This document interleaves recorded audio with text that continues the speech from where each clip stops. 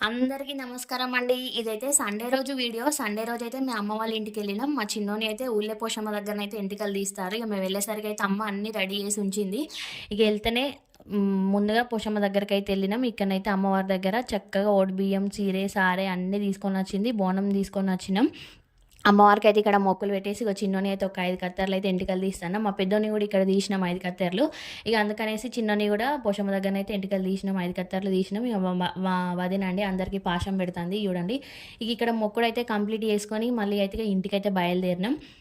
మాకు షాప్ ఉందని చెప్పిన కదా, ఇక సాయంత్రం గిరాకు ఉంటుంది, అమ్మ మేము వెళ్తామంటే సరే అని చెప్పేసి అమ్మ బయటనైతే బగారేసింది. బగారేసి ఇక కూర అయితే అంత అంటే కాదనేసి ఇక కొంచెం కూర తీసేసి అయితే కుక్కర్లో అయితే వండింది. ఇక తిన్నాం. తినైతే మేమైతే బయలుదేరినాం.